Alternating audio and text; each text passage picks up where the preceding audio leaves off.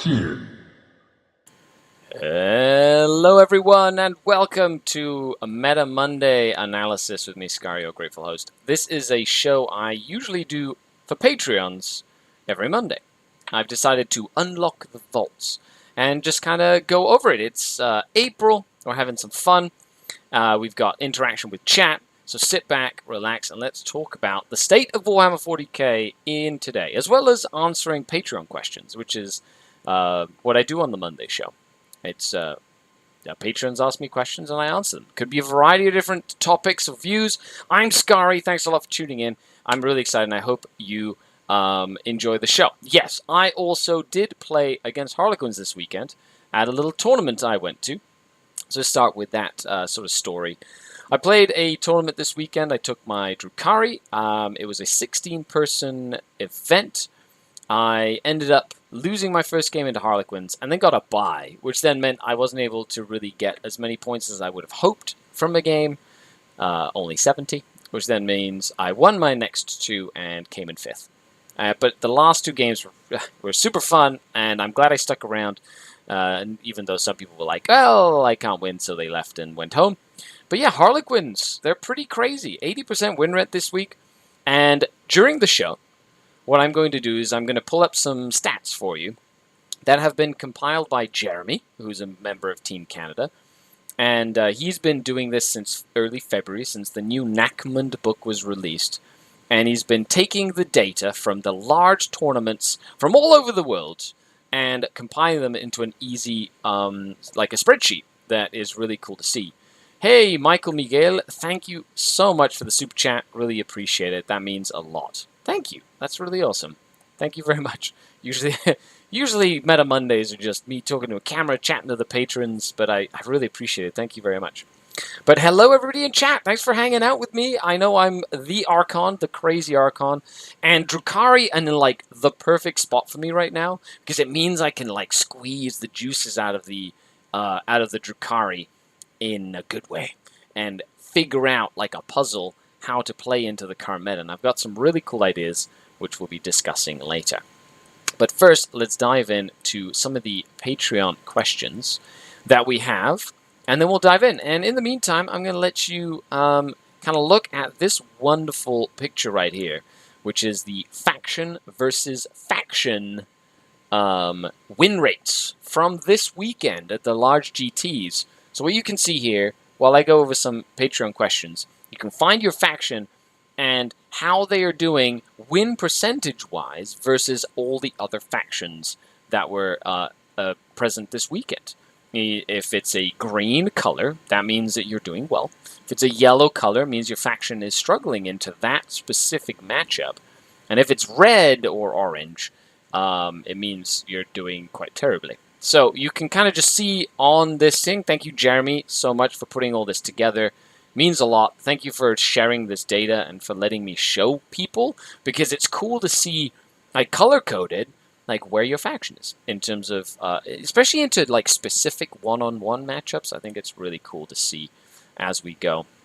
But let me know if you have any questions. Put them in chat, and like just on the chat, the live chat, we'll go through them. I'll pick out some of the ones as well. So that's really cool. Huge shout out to Raptor, Ronnie, Chucky. What's going on? Hello. Michael Miguel and Xavier. What's going on? Usually how that works. Okay. Okie dokie. Let's dive into this as well. So Meta Monday. Oh, another cool thing for everybody watching. We're starting up Season 3 of Just Put Paint on It. Starts this week.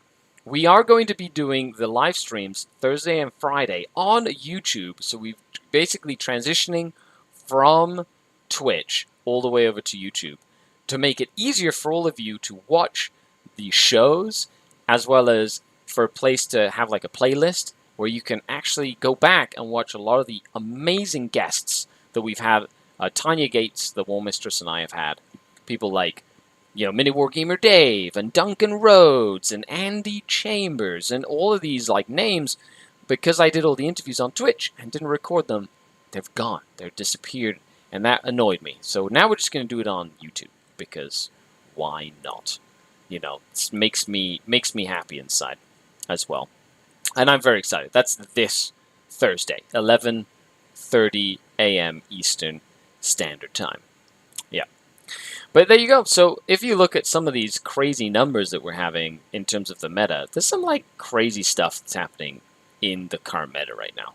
And it can feel a little depressing when it feels like you're just getting Rolf stomped or there's not even a chance for you to win.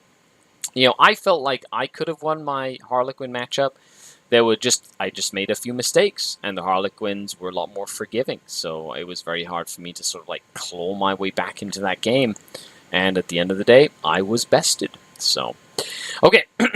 Hive Mind Rick asks in the Patreon Discord, hey, so with Codex creep hitting new heights again, do you believe some of the older books or more heavily nerfed books should have their nerfs reversed? In terms of balance for Warhammer 40,000, I think it's a great idea to potentially remove nerfs from books. But what they need to do, and you can correct me if I'm wrong or leave me a comment, tell me why I'm right or wrong. They need to look at the books that are at the bottom of the pile that are doing terribly and inject life into them to bring them up into the middle of the pack more. You still need to like knock the top off the pedestal. Like Harlequins should not be at an 80% win rate. It is not healthy for the game, which we'll get to in a second. But knock them down a peg, but bring everybody else up somehow. Find some way to make them relevant, to mix it up a little bit, and see what happens. So that's what I think. Chucky says, at the GT that I was at this weekend, Blood Angels took it all. I know. We had Orcs winning a GT this weekend. We had Blood Angels winning a GT this weekend. It's not all doom and gloom. However, you know, it can feel oppressive. You have to find those little diamonds in the rough where a good Blood Angel player can go, you know, through and through and take the top at a 5-round event or a 6-round event or whatever it is, or a GT. My question is, how do you see the meta evolving, and are Space Marines still above average with all the changes? And do you feel it's mostly just about gameplay more than meta chasing? I think it's a combination of everything, Chucky. I definitely see the meta evolving a lot faster than it ever has. And I've been playing for a very long time. For anybody who's just tuned in and clicked on this link and was like, let's see what Skari has to say. I've been playing for like 20-some years. Probably more than you have been alive, youngling. Yeah, so that's my thought process there. So, yeah, the meta will evolve. The Space Marines still above average? Space Marines are below average right now. Like, they had some cool mechanics, but the game has sort of like overtaken a lot of the mechanics that they had. So I could see Space Marines, all Space Marines need some sort of like oomph to kind of give them a little bit of love, I find. And do I feel it's mostly about gameplay more than meta chasing? I think a good player is still going to do well regardless of what army they're playing, on average. But there's some stuff like, you just take this and it's a lot easier to win. And if you're a good player, taking an army that's a lot easier to win with, then it becomes a lot easier to win. So it's like it's a vicious cycle. So a lot of good players like meta chasing because they like winning. And they don't like thinking too much in order to win, right? So then it lowers the mental capacity they need to play a perfect game. Whereas if you take a subpar list, it ends up like forcing you as a player to think like a lot. And their head hurts. And sometimes when you're doing 9 rounds at a big GT, you don't want to have to think that hard every game. It is exhausting. So I think there's merits to both sides of that story as well.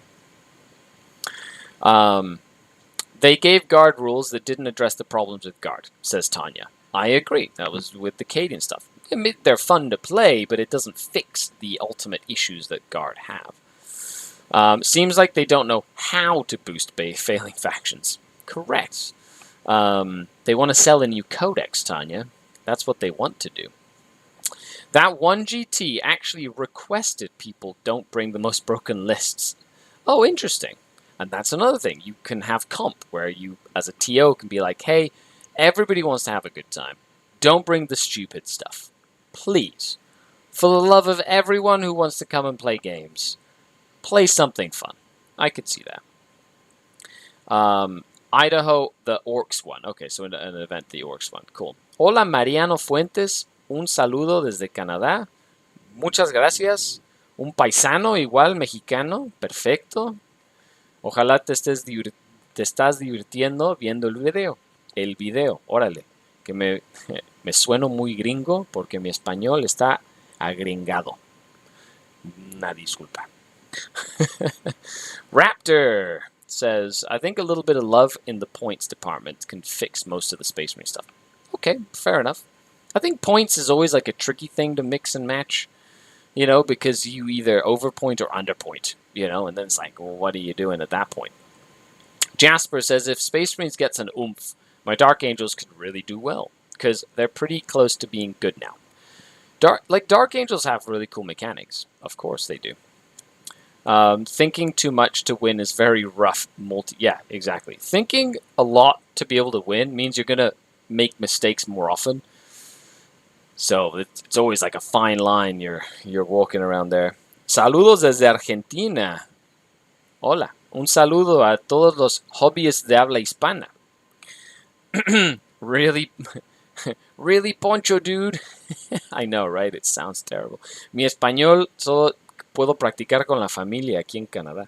A ver, tengo que hacer unos videos de habla hispana para todos los jugadores en América Latina y en España también. You look at how much value they get out of their troops, and it's really not equal to the points they cost anymore in terms of Space Marines. Correct, I agree. Heavy thinking is for Richard Sieglers. Or the Skaris. I love thinking a lot too. Pensaba que estaba en el stream equivocado escuchando hablarte en español. Pues claro, yo bilingüe. Puedo hablar del meta en español y puedo hablar del meta en English. Todo lo que ustedes quieran. Of course, si no entiendes nada, you can always go watch something else. Así que no te preocupes. Aquí estamos a tu servicio, and of course, we're all going to have a good time anyway. Zato says, I jumped back into 40k at the very start of 9th, and I picked up the army because they appealed to me. What army? It feels bad to play them now because everybody upset with them. Oh, I mean, Harlequins. Okay, that makes sense. Harlequins are always really fun. Mario says, what do you think about the undo the nerf to require? I honestly think that they should undo all the nerfs, but we'll get to that in a second. Okay, question number 3 from the Patreon exclusive Discord. Wink, wink, nudge, nudge. If you haven't started supporting me on Patreon yet, why not? You can tell me. Alex says, after your run-in with Harlequins on the weekend. Yes. How do you go about solving a new problem? Do you look at your play, at your list? What's your process of solving the problem? That's a great question, Alex. So whenever I play a army for the first time, especially if it's a meta army that is doing very well in the meta, I think one of the first things I do is, when I show up at the table, first of all, I go in with zero expectations, right? Like, I know that I know my list very well, and I know that when going into this game, I knew Harlequins had a lot of cool mechanics. The most important thing I do is I read through the list, and I try and I internalize and understand what all the upgrades are, the warlord traits and that stuff. So I went into the list kind of knowing exactly what was in his list, what units and upgrades he had and all that stuff. So I kind of had an idea. But then you never really know how much of an impact those things are going to have until you see them in play for the first time. So you either watch battle reports or you do something. I didn't have the time to watch battle reports. So going into this game, this was going to be my first like real-time experiencing what it was going to be like.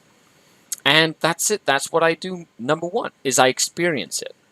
It's like street cred. You have to live it and you have to learn through actually having it happen to you to really understand like how badly you're going to get whooped, right? Or where you might have some strength in your list. So I deployed my army. My opponent won the roll to go first. He got a lot more aggressive than I thought, right? And the way he played it was very in my face. And he killed like a whole unit of Hellions on the first turn, everything. I stuck to my game plan, which was stopping him from scoring points. And I stopped him from scoring primary points for 3 turns. Turn 2, turn 3, turn 4. He scored 0 primary points. However, he was able to score endgame, some of the bonuses, and like he had tabled me on turn 4, so he was able to get like all of his scoring at the end, which then meant there was like a 30 or a 50 point difference or something. But I dropped him down like 70 points in total because he got all his secondaries. Now, there were a couple of moments in the game where I made a few mistakes. So that's the first thing I look at, is I always look at my personal mistakes and how that could have changed the pace of the game. So in one moment, I heroically intervened with my Archon into a unit of troops that had charged one of my units on an objective. So my opponent had, at that point, I didn't realize this, he'd made a mistake by not charging the Archon, because he could have killed the Archon anyway, but he charged into the troops to kill him. And so then I heroicked my Archon, and then he used a bunch of strats to like kill my Archon, like ignore invulnerable saves and all this stuff. So he died. I should have just let him do that charge, kill the unit of infantry, and then have my Archon alive. That would have changed the whole flank, and then I would have had him go in, kill a transport or whatever. You know, he would have had more of an impact in the game. So I'm looking at specific moments where I made a mistake and owning up to that mistake. That's something that I like doing as well. And the last thing I do is I definitely look at my secondary picks and if the difference would have made a difference. So I picked Stranglehold. No, I picked Retrieve Octeris Data, which I think was the right choice, or Retrieve Nachman Data, sorry. I picked To the Last, which was the wrong choice. I should have picked something else like Grind Them Down, because I was actually killing him.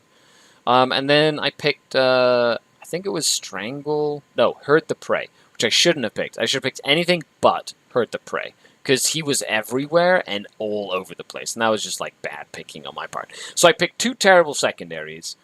And other than that, my deployment, I should have reserved or strategically reserved my Hellions so he couldn't target them, because he went straight for them and murdered them all.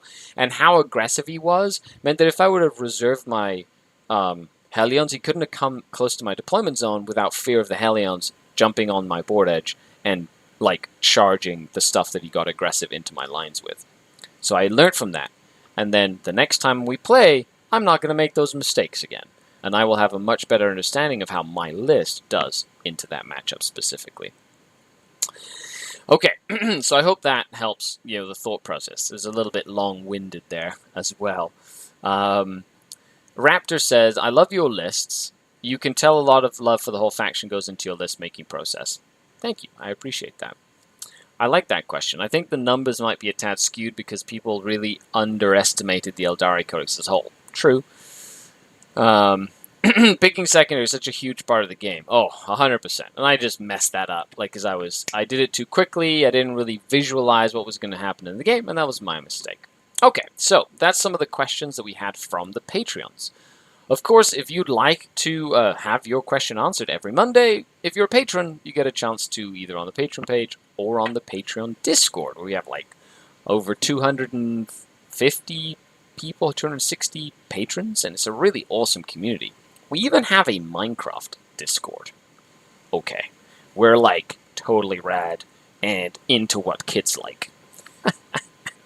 Okay, let's dive into some of this meta stuff. So this is the faction stuff that you've been seeing. Okay, this is a faction by faction meta watch.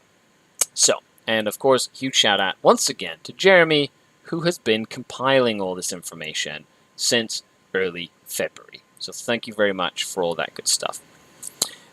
Alex says, it was great, thank you, Skari. I really like the fact that changing your list wasn't one of the main things you do, and that you look on how your current list could have been piloted better. Well, and this is one of the things I try and teach, especially when I'm coaching someone, right? You want to try and keep your list as the same as possible. Because in the game of Warhammer 40,000, there are hundreds of things that happen in the game. The dice, movement, army list stuff, crazy things that happen, your mood, you're forgetting things. So there's all these variables that change the game state, which is what we call like how the game looks, or how it feels, or how it's playing out on the table. Because even though you might have the 2 exact armies multiple times, the game doesn't always play exactly the same. So the variables come into play. And when you're trying to test something, you need a constant. You need something to act as a control group if you're big into the scientific method. A control group helps you understand how things will react. So you have a control group that you don't mess with, and then you have 2 or 3 different test groups where they're very similar or try to be as equal to the control group as possible, but you influence them with certain variables at intervals or whatever, and then you kind of see how it reacts. And then from then you can go, okay, so if I have a constant and I put this variable in, well, on this experiment, this is what happened. Can we replicate it here? Oh, look, it happened again. So the constant helps you know what's going to happen with so many variables. The only constant you can have in Warhammer 40,000 in a lot of ways is your list. Yes, it does fluctuate a lot because points changes and balance updates and all this stuff. But the thought process of like the same list or something similar can be played over multiple games. So 10 games, 20 games, 50 games, 100 games. It just depends on how good you want to get with a specific list or faction. The longer you keep it the same, the more you squeeze what it's capable of onto the table and use every piece to its maximum capacity. And it can take a lot of time to like figure that out, but it's worth it in the end because then you're not beholden to like the crazy meta chasing.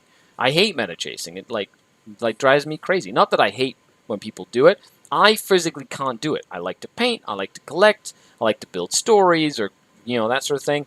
And because I play the same list or same faction, I end up learning more over time, and it makes me better. And I appreciate and I like the getting better part of it all. Okay. The only constant you can have is Drazar killing more than his points if he gets into combat. Unless he runs into Hemoxites. And Hemoxites don't let him kill anything. Ronnie says, I love the Void Raven Bomber model. I used it many times, lots of hits and misses. Even used 3 at the same time when that was still allowed at the Hydra Drukhari. What are your thoughts on that model? I built the Void Raven Bomber list. That was my list. That's right. I still have 2 of my Void Raven Bombers. I'm actually currently cooking up a list with them again. Engagement for the engagement god. Comments for the comment throne of YouTube, says Colin. Thank you, Colin. And it's not cheap, says Mario Fuentes. Correct, it is not cheap. So, without further ado, let's jump into the Meta Monday Weekly. So, here we have the stats for this weekend. Basically, all the large events that are, at least GTs and higher. Okay, so these are Harlequins. The main factions. You got Harlequins, Imperium, Custodes, Forces of the Hive Mind, which is like a mix. You got Demons, which is funny that doing so well. Now, something you want to keep in mind is there's a column that says wins, losses, and draws. So the higher those numbers are, shows that there's more of a sample size, aka there are more games to take data from. So when you look at something like the Crimson Fists that had 5 games, so they were at one event essentially this weekend, they had a 20% win rate. That's one person playing that faction. So that's just that person playing Crimson Fist had a 20%, right? But when you go up to something like Tau Empire that had 190 or 185 games, there's a lot more players playing Tau, so that's a more accurate representation of the win rate. Or when you go into Harlequins and they have like 100 games, then you can see, okay, how does that skew the numbers? So Harlequins are getting about almost an 80% win rate. We've seen this for, I think, 3 weeks in a row now, 3 weekends in a row. It hasn't changed. Harlequins are doing stupidly good. Now, I want to draw your attention to the average victory points for the top armies. So you've got average victory point totals for Harlequins, 82, Imperium, 78, Custodes, 77, then Forces of Hive Mind, they score really well with 84, Chaos Demons with 72, Tau Empire 73, 72 for Deathwatch, Azuriani 69, yay. Orcs 70, Eldari 71, Tyranids Chaos, and then you've got Drukhari. So there's a lot of factions that score on average of about 65 or 60 some points to like 70 some points or 80 points, which is fine. The biggest shift is when you look at your opponent's average victory points. And this is probably the statistic that hits me the most. Because when I play the game, I'm not only trying to score my points, I'm trying to deny my opponent points as much as possible, right? So if you look at it in this weekend, right, the average opponent's victory points against Harlequins on average was 53, which means there was almost a 30-point gap on average. And I think that's one of the things that shows why Harlequins is incredibly powerful right now. Not only are they scoring really high points, they're taking their opponent's score and lowering it way down to a point where they can't match what the Harlequins are doing in the meta. I think that's where the power lies. If you look at something like Imperium or Mixed Imperium, there's only like 10 games, so nothing too crazy. But if you look at Custodes, you know, there's 77 points on average for a win, but their opponents are getting about 61, 62 points. That's only like a 10, 15 point gap, which means that the games are a lot closer. So there's, you know, that's why the average win rate's a little lower, even though it's still like 65%. And, you know, and it just shows you like how much of an impact that has. So I hope you can go through this. You can kind of see where that goes and whatnot. And it just shows you like this weekend in the meta, you know, like what we're seeing for like large GTs and whatnot as well. Drukhari are arguably stronger than a few of the other armies above them, which is exactly where they should be. Yeah. My Black Templars are really low. Well, they probably were really low this weekend with, you know, only about 40 games and like a 40% win rate. Sure. Oh yeah, I'll bring it down because you have 15 vehicles and you don't kill any of them. Yes, that is also true. Zato says, looking at the stats like these makes me feel kind of bad for playing Harlequins. I know I shouldn't. I didn't write the rules, but they're way overtuned at the moment. Well, I totally agree, and I understand how you feel, because that's how I felt when Drukhari were at the height of their crazy. I didn't play Drukhari for a long time. I went to play anything but. I played Black Templars, I played my Guard, I played like a lot of Age of Sigmar, but now I feel like with that, where Drukhari are now, it's like the perfect spot to come in, because they're not the top dog anymore, and my skill set is like where I can really kind of try to do really well with it. Okay, so the last thing I wanted to share with everybody for Meta Monday is this. It's another chart, but this is the every GT from February 4th, from February, when the Nachmund season began to this date. So this is essentially everything that has happened since then to now in aggregate. So you can kind of see the top factions since the beginning of the season. Harlequins, you know, as you can see there, average victory points 79 to their opponents 59. So there's a 20-point gap there, right?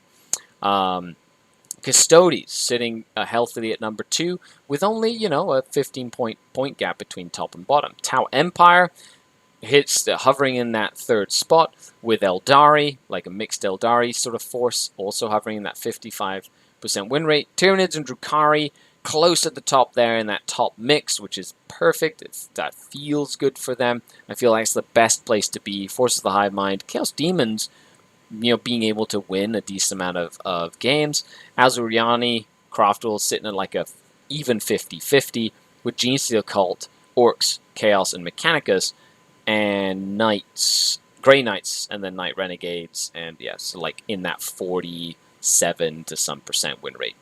Of course, you can see there hasn't really been any Adeptus Titanicus or like any Knight players really. A few people have played, but you can't really win. Crimson Fists at the bottom of the barrel. And then just Space Marines in general. That's not right. But you got like Ultramarines is like one of the lowest. Astra Militarum really struggling this season. Like down at the bottom of the barrel. Okay, so I hope you've all found this incredibly useful. And, you know, I do this every single Monday on the Patreon page. And every once in a while, I open the vaults and let all of you hang out with me. And thank you so much for coming by and tuning in. A huge shout out to all the channel Patreons, without whom none of this would be possible. If you'd like to support the channel and help the channel grow, do more content, the links are down in the description, and I can't wait to see you on the exclusive Discord and all that good stuff. Other than that, I've been Skari. you're a grateful host. This has been another Meta Monday. Thanks a lot for watching, everybody. Skari out. The Dark Kin. Are you going to play Harlequins too? Can't wait for the update. Oh, the balance slate. Next week, baby. Bye, everybody.